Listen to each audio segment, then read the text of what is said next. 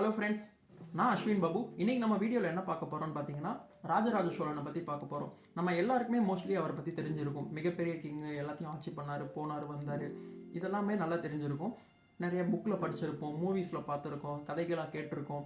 But நான் இதில் படிக்கும்போது கொஞ்சம் இன்ட்ரெஸ்டிங்கான ஃபேக்ட்ஸு, அவர் பண்ண ஒரு மிகப்பெரிய அட்மினிஸ்ட்ரேட்டிவ் ஸ்கில்ஸ் எப்படி இருந்துச்சுன்னு பார்க்கும்போது ரொம்பவே சூப்பராக இருந்துச்சு. இப்படியும் பண்ணியிருக்காங்களா, இதெல்லாம் கூட நோட் பண்ணியிருக்காங்களா, வச்சுருக்காங்களான்னு எனக்கு ரொம்ப அட்மையராக இருந்துச்சு. நான் அதையும் உங்கள்கிட்ட ஷேர் பண்ணுறேன். வாங்க இன்றைக்கி வீடியோக்குள்ளே போகலாம். ஓகேங்களா?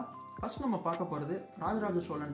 அந்த காலம் அப்படின்னாலே நமக்கு ஃபஸ்ட்டு அந்த காலத்தில் இதெல்லாம் இருந்துச்சு, இதெல்லாம் இருக்குதுன்னு எடுத்து காட்டுறதுக்கு, ரியல் லைஃப்பில் பார்க்குறதுக்கும் தெரிகிற ஒரே விஷயம் கோயில்கள் மட்டும்தாங்க.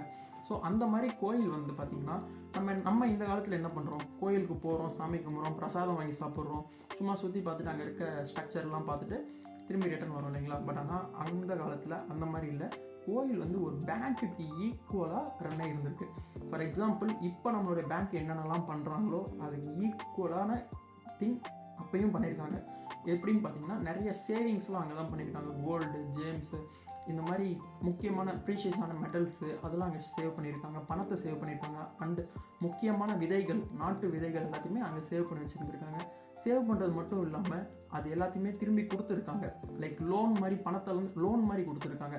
ஸோ கடன் கொடுத்து கடன் வாங்கியிருக்காங்க, டேக்ஸும் அதுக்கு வாங்கியிருக்காங்க. இது எல்லாத்துக்குமே ஆதாரமாக அந்த இதுலேயே நிறைய படிப்பகங்கள், நிறைய புக்ஸு வந்து அதுக்கு நோட் பண்ணி வச்சுருந்துருக்காங்க. ஸோ பேங்க்ஸுன்னு சொல்லும்போது அதே மாதிரி சேலரி அங்கே ஒர்க் பண்ணுறவங்களுக்கு இப்போ நம்ம நிறையா கேள்விப்பட்டிருக்கோம் இல்லைங்களா? அந்த காலத்தில் என்ன கொடுத்துருக்காங்க, பண்டம் மாற்று முறை மட்டும்தான் பண்ணியிருக்கோம். நீ எனக்கு இது பண்ணு, நான் உனக்கு அது பண்ணுறேன், எனக்கு இந்த பொருள் கொடுத்தீங்கன்னா நான் இந்த பொருள் தரேன், நீ அரிசி கொடுத்தீங்கன்னா நான் உனக்கு பருப்பு தரேன், இந்த பழம் கொடுத்தீங்கன்னா நான் காய் தரேன். ஸோ இந்த மாதிரி பண்டம் மாற்று முறையில் இருந்தது தான் நம்ம கேள்விப்பட்டிருக்கோம். பட் ஸ்டில் இங்கே வந்து பார்த்திங்கன்னா ஒரு சேலரி சிஸ்டம், ஒரு ஹைராக்கி வச்சுருக்காங்க. இவங்களுக்கு இவ்வளோ சேலரி தான் கொடுக்கணும். ஃபார் எக்ஸாம்பிள், ஹெட் ஆஃப் சோல்ஜர்னால் அவங்களுக்கு ஒரு சேலரி, அதுக்கப்புறம் கீழே இருக்கவங்களுக்கு அது ஒரு கம்மி சேலரி. ஸோ இந்த மாதிரி சோல்ஜர்ஸ்க்கு மட்டும் இல்லை, அங்கே இருக்க டான்சர்ஸ்க்கு, ஒர்க்கர்ஸ்க்கு, எம்ப்ளாயிஸ் எல்லாருக்குமே என்னென்ன ஒர்க் பண்ணுறாங்களோ அதுக்கேற்ற மாதிரி ஒருத்தர் விடாமல் எல்லாருக்குமே சேலரி போய் சேர்ந்துருக்குன்னு தெரிஞ்சுக்கோங்க. அது மட்டும் இல்லாமல் வாங்குகிற சேலரிக்கு எல்லோரும் டேக்ஸும் பே பண்ணியிருக்காங்க. நம்மள எத்தனை பேர் டேக்ஸ் பே பண்ணுறோம் சொல்லுங்கள், கமெண்ட் பண்ணுங்கள், நான் தெரிஞ்சுக்கிறேன். ஓகேங்களா? நெக்ஸ்ட்டு வந்து பார்த்திங்கன்னா, அது சேலரி டேக்ஸ் பே பண்ணுறாங்க இல்லைங்களா? ஸோ அதே மாதிரி அவங்க ஹெச்ஆர்னு ஒரு இது வச்சுருக்காங்க. ஹெச்ஆர் மாதிரியான ஒரு ஆள் இருப்பாங்க. ஸோ அவங்க வந்து ஒரு இப்போ நமக்கு இன்டர்வியூ நடக்கிற மாதிரி அப்போயுமே வந்து சில போட்டிகள் இதெல்லாம் வச்சு தான் வந்து ஆளை வந்து ஒரு வேலைக்குமே ஹையர் பண்ணியிருக்காங்க. அவங்களுக்கான ஊதியமும் கொடுத்துருக்காங்க. ஊதியம் கொடுக்கறது மட்டும் இல்லாமல் அவங்களுக்கு ப்ராப்பர் லைஃப் ஸ்டைல் கொடுத்து அதுக்கான டேக்ஸும் கலெக்ட் பண்ணியிருக்காங்க. ஸோ அவருடைய அட்மினிஸ்ட்ரேஷன் எப்படி இருந்திருக்கு பார்த்தீங்களா? இப்போ என்ன நடக்குதோ சேம் திங் அப்பயும் நடந்திருக்கு. ஓகேங்களா? ஸோ அடுத்து வந்து பார்த்திங்கன்னா, இதில் வந்து பார்த்திங்கன்னா இது முக்கியமான விஷயம், டெம்பிள்ஸ். இந்த டெம்பிள்ஸில் பிரகதீஸ்வரர் டெம்பிள் நமக்கு எல்லாருமே தெரியும், தஞ்சாவூர் டெம்பிள். தஞ்சாவூர் டெம்பிளை பற்றி முக்கால்வாசி பேர் எவ்வளவோ கதைகள் இருக்குது, எவ்வளவோ நம்பிக்கைகள் இருக்குது. அங்கே இருக்க டெம்பிளுக்கு வந்து ஒரு ராஜா போனார்னா அவரை வந்து ராஜாவே இழக்க வேண்டியதாக இருக்கும், அந்த பதவியை இழக்க வேண்டியது இருக்கும். இதில் நிறைய கட்டுக்கதைகள், உண்மைகள் நிறையா இருக்குது. பட் ஆனால் அவர் அந்த ஸ்ட்ரக்சர் எப்படி இருக்குன்னு நம்ம எல்லாருக்குமே தெரியும் இல்லைங்களா? அதை நல்லா திங்க் பண்ணி பாருங்கள். எவ்வளோ மீட்டர் ஹைட்னா 66 மீட்டர் ஹைட்டான ஒரு டெம்பிள் அது. அது இல்லாமல் அந்த டெம்பிளுக்கு மேலே வந்து பார்த்திங்கன்னா ஒரு 80 டன் வெயிட் உள்ள ஒரு கல்லை, ஒரு முழு கல், ஒரு ஜாயிண்டான கல் ஸ்ட்ரக்சர் அப்படிலாம் கிடையாது, ஒரு முழு கல்லை தூக்கி கொண்டு போயிட்டு அந்த 80 டன்னில் தூக்கிட்டு கொண்டு போய் 66 மீட்டர் டாலில் போய் கொண்டு போய் வச்சுருக்காங்க. ஸோ 80 அடினா எல்லோரும் யோசிக்கலாம், அது எப்படி இருக்கும். சில பேர் நார்மலாக நம்ம படிச்சுட்டு போயிடுவோம், 80 டன்னா எப்படி இருக்கும்னு எல்லாருக்கும் தெரியாது இல்லைங்களா? ஈஸியாக புரிகிற மாதிரி ஒன்று சொல்கிறேன். ஒரு யானை, ஒரு நல்ல வளர்ந்த ஒரு எலிஃபெண்ட்டுடைய வெயிட் வந்து பார்த்திங்கன்னா 3 to 4 டன்ஸ் இருக்கும். பட் அது மாதிரி ஒரு 16 யானை சேர்ந்தது தான் அந்த ஒரு கல். அந்த கல்லை தூக்கிட்டு போய் 66 மீட்டர் ஹைட்டில் கொண்டு போய் வச்சுருக்காங்க. எந்த ஒரு க்ரெயின் கிடையாது, எந்த ஒரு மாடர்ன் டெக்னாலஜியும் கிடையாது. இப்போ இருக்க இன்ஜினியர்ஸ் எல்லாருமே, ஆர்கிடெக்சர்ஸ் எல்லாருமே மைண்ட் ப்ளோயிங்காக பார்க்க ஒரு விஷயம், எப்படி அதை கொண்டு போய் வச்சுருப்பாங்க. நிறைய கான்ஸ்பிரசி இருக்குது. எப்படின்னு பார்த்தீங்கன்னா, ஒரு ஸ்லோப் மாதிரி ஃபார்ம் பண்ணியிருக்காங்க. ஃபார் எக்ஸாம்பிள், இங்கே கல்லை தூக்கி போய் வச்சுருக்காங்கன்னா இங்கேருந்து மண்ணெல்லாம் தூக்கிட்டு போய் வச்சு, மண்ணை போட்டு கல் வாட் எவர் இந்த ஸ்லோப்பை ரெடி பண்ணி இங்கேருந்து கொஞ்சம் கொஞ்சமாக தூக்கி போய் வச்சாங்கன்னு நிறைய கான்செப்ட்ஸ் இருக்குது. யானைகள் வச்சு பண்ணியிருக்காங்கன்ற நிறைய கான்செப்ட்ஸ் இருக்குது. ஸோ தெரியலை, இன்னுமே வந்து இப்படி தான் பண்ணாங்கன்னு சொல்லி எதுவுமே ப்ரூவ் பண்ணல. ஸோ இன்னுமே வந்து கண்டுபிடிக்க முடியல அவ்வளோ பெரிய இதை எப்படி போய் வச்சாங்க. அதுவும் இல்லாமல் அந்த டைமில் கட்டின இது இப்போ வரைக்கும் ஸ்ட்ராங்காக இருக்குது, எந்த ஒரு பிரச்சனையுமே அதில் வரல.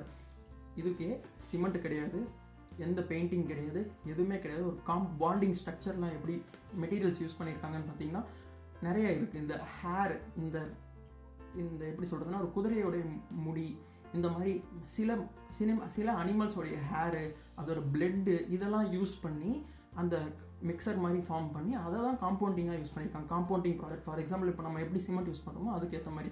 எத்தனை பேர் வந்து கோயிலில் ரத்தத்தெல்லாம் யூஸ் பண்ணாங்கன்னு சொன்னால் நம்புவீங்கன்னு தெரியல, பட் ஆனால் ஸ்டில் அதுதான் உண்மை. இதெல்லாம் வந்து யூஸ் பண்ணியிருக்காங்க. அது மட்டும் இல்லை, இவருடைய அட்மினிஸ்ட்ரேஷன் ஸ்கில்லை பார்க்கும்போது முக்கியமான திங் வந்து பார்த்திங்கன்னா ரெக்கார்டிங். இவ்வளோ பண்ணுறாங்க, எப்படி பண்ணியிருப்பாங்க, எந்த ஒரு தயக்கமும் இல்லாமல் எப்படி இதெல்லாம் பண்ணியிருப்பாங்கன்னு பார்த்தீங்கன்னா இவருடைய டாக்குமெண்டேஷன். இப்போ நம்ம பண்ணியிருக்கோம் பார்த்தீங்களா. ஃபார் எக்ஸாம்பிள் இப்போ நம்ம ஃபைல் போட்டு வச்சுருப்போம், எழுதி வச்சுருப்போம், முக்கியமான நோட்ஸு பில்ஸ் எல்லாம் சேர்த்து வச்சுருப்போம். பட் ஸ்டில் அப்போ வந்து பார்த்திங்கன்னா நிறையா டாக்குமெண்டேஷன் பண்ணியிருக்காங்க. ஃபார் எக்ஸாம்பிள் எந்த பொருள் எவ்வளோக்கு வாங்குறாங்க, எதுக்கு எவ்வளோ செலவு பண்ணுறாங்க அப்படின்னு எழுதி வச்சுருக்காங்க. ஃபார் எக்ஸாம்பிள் வந்து பார்த்திங்கன்னா முக்கியமாக இந்த லேண்ட் சர்வே பண்ணுறது, டேக்ஸ் பே பண்ணுறது, டொனேஷன் யாரோ வந்து கொடுத்தாங்கன்னா எவ்வளோ கொடுத்துருக்காங்க, இந்த மாதிரி முக்கியமான இதில் இருந்து ஸ்டார்ட் பண்ணி கோயிலுக்கு யூஸ் பண்ணுற விளக்குக்கு யூஸ் பண்ணுற எண்ணெய் முதற்கொண்டு எத்தனை லிட்டர் யூஸ் பண்ணியிருக்காங்கன்னு முதற்கொண்டு அவங்க நோட் பண்ணி எல்லாமே வச்சுருக்காங்க. தினம் வச்சுருக்காங்க எவ்வளோ எண்ணெய் செலவாகுது, எவ்வளோ எண்ணெய் போகுதுன்னு. ஸோ டாப் டு பாட்டம் ஒரு ஸ்க்ராட்ச்லேருந்து முக்கால்வாசி எல்லாத்தையுமே ஒரு நோட் பண்ணி வச்சுருக்காங்க. எல்லாமே கல்லில் செதுக்கி வச்சுருக்காங்க. ஸோ இப்படி பண்ணும்போது எதுக்கு இது மாதிரி பண்ணுறாங்கன்னா, ஸோ ஆட்டோமேட்டிக்காக கரப்ஷன் வந்து குறையும். இப்போ நம்ம நாட்டில் எவ்வளோ கரப்ஷன் இருக்குன்னு எல்லாருக்குமே தெரியும். நார்மலாக போய் ஒரு பாஸ்போர்ட் போய் நிற்கிறோம் இல்லையா, ஒரு கோயிலுக்கு போயிட்டு ஏதோ ஒன்று பண்ணணும், ஒரு கவர்மெண்ட் சர்டிஃபிகேட் வாங்கணும், நம்ம எவ்வளோ கரப்டடாக இருக்கோம்னு நம்ம எல்லாருக்குமே தெரியும். நம்மளே லஞ்சம் கொடுத்துட்டு தான் இருக்கோம் இப்போ வரைக்கும். மனசை தொட்டு சொல்லுங்கள். ஸோ இது எல்லாத்தையுமே ப்ரூஃப் இருந்துச்சுன்னா நீங்கள் எதாவது பண்ணுவீங்களா? இந்த மாதிரி பண்ணால் ப்ரூஃப் வந்துடும் அப்படின்னு சொன்னால் நீங்கள் பண்ணுவீங்களா? மாட்டோம் இல்லைங்களா?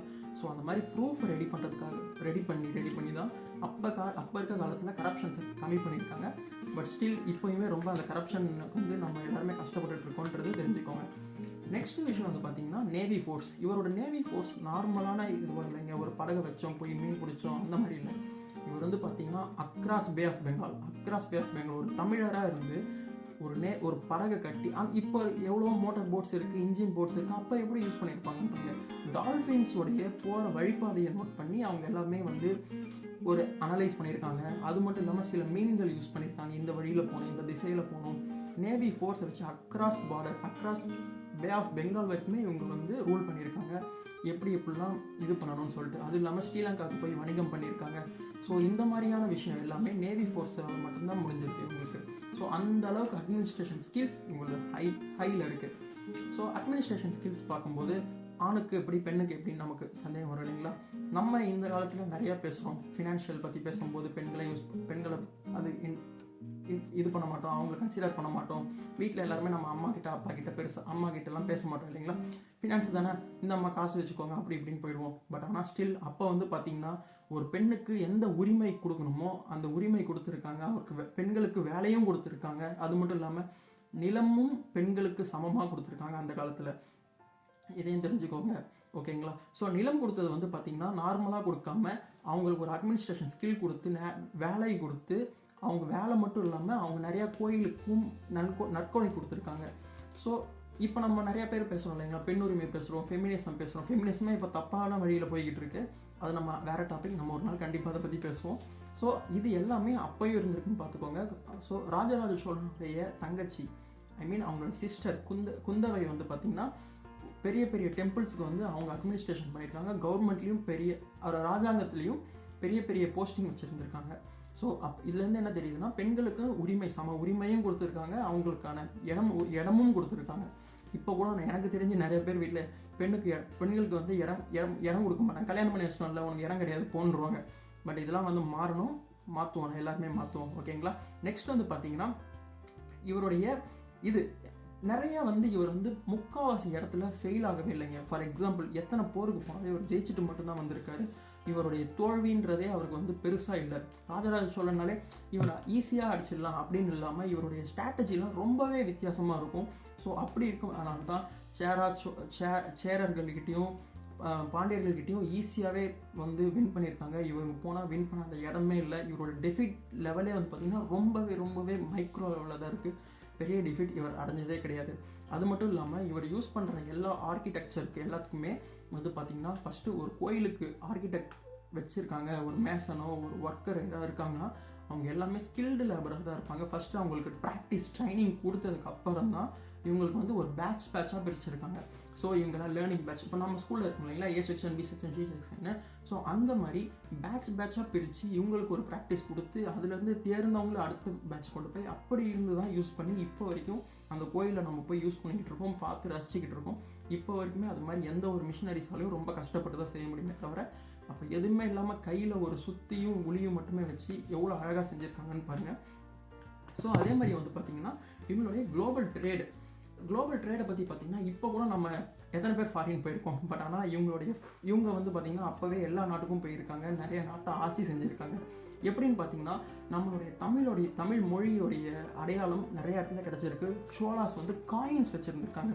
நம்ம எப்படி இப்போ நான் முன்னாடியே சொன்ன மாதிரி பணம் இருந்திருக்கு, ஸோ அது மாதிரி சோலாஸோடைய காயின் இருந்திருக்கு. இதெல்லாம் பார்த்திங்கன்னா இந்தோனேஷியாவில், மலேசியாவில், ஸோ தாய்லாண்டெல்லாம் வந்து நம்ம சோலாஸோடைய ஸ்ட்ரக்சர்ஸும் சோலாஸோடைய காயின்ஸ் யூஸ் பண்ண அன்றாட நாணயங்களும் கிடச்சிருக்கு. ஸோ அவ்வளோ தூரத்துக்கு வரைக்கும் இவங்களுடைய வணிகம் இருந்திருக்கு. ஸோ நெட்வொர்க்கிங் பக்காவாக இருந்திருக்கு. குளோபல் ட்ரேட் அவ்வளோ குளோபல் வழியாக ட்ரேட் பண்ணியிருக்காங்க. ஸோ இவங்க என்னென்ன ட்ரேட் பண்ணாங்க பார்த்தீங்கன்னா, போயிட்டு ஸ்பைசஸ் விற்கிறது, போய் ஸ்பைசஸ் நிறைய பொருள், இந்த ஏலக்காய், கிராம்பு, அரோமேட்டிக் ஸ்பைசஸ்ன்னு சொல்லுவோம் பார்த்தீங்களா, அந்த மாதிரி அரோமேட்டிக் ஸ்பைசஸ் எல்லாத்துமே செல் பண்ணியிருக்காங்க. அங்கேருந்து போய் கொடுத்துட்டு குதிரைகளை நிறையா வாங்கிட்டு வந்திருக்காங்க. ஸோ இதே மாதிரி தமிழ் ஹப்பாகவே வச்சுருந்துருக்காங்க. ஒவ்வொரு இடத்துலையும் ஒரு ஹப்பு போட்டு, நார்மலாக நம்ம வந்து ஒரு கம்பெனி ஆரம்பிக்கிறோம் அப்படின்னா நம்ம எப்படி பண்ணுவோம், ஸோ சேம் ஸ்ட்ரக்சர். இப்போ போகிறோம், ஃபார் எக்ஸாம்பிள் இப்போ துபாய் போய் அங்கே ஒரு கம்பெனி ஆரம்பிக்கணும், அது மாதிரி இவர் இங்கேருந்து போயிட்டு அந்த இடத்துல ஒரு கம்பெனி மாதிரி ஒரு ஹப்பு க்ரியேட் பண்ணி எல்லாத்தையுமே பண்ணியிருக்காரு. ஸோ இவரோட அட்மினிஸ்ட்ரேஷன் ஸ்கில்ஸ் பயங்கரமாக இருக்குது. அது மட்டும் இல்லாமல் இவ்வளோ சொன்னேன் இல்லைங்களா, இது எல்லாத்தையுமே ஒரு ரெக்கார்ட் பண்ணுற பழக்கம் அவங்களுக்கு இருக்குது. நம்ம இப்போனா யாரும் டைரி எழுதுறது இல்லைங்களா, டைரி யாராவது எழுதுகிறோமா, டைரி எழுதுங்கன்னு சொல்லி நம்ம சின்ன வயசில் நிறைய கேள்விப்பட்டிருக்கோம். எதுக்குன்னா பிற்காலத்தில் அது நமக்கு யூஸ் ஆகும், நமக்கு மைண்டில் வந்து நிற்கும், நமக்கு என்ன நடந்துச்சு போச்சுன்றது பின்னாடி இருக்கவங்களுக்கு தெரிஞ்சுக்கணுன்றதுக்காக தான் அந்த டைரி எழுத சொல்கிறது. ஸோ இவர் வந்து பார்த்திங்கன்னா கல்லுலேயே எல்லாத்தையும் செதுக்கி வச்சுட்டு போயிருக்கிறாங்க.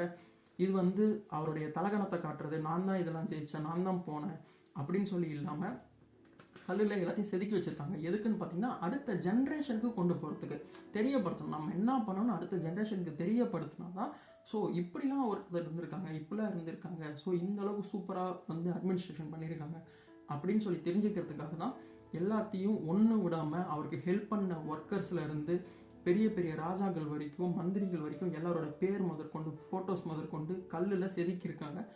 ஈவன் அங்கே வேலை செதுக்குனவருடைய ஆள் பேர் கூட செதுக்கி வச்சுருக்காங்க, தான் தான் செதுக்குனேன் அப்படின்னு சொல்லிட்டு.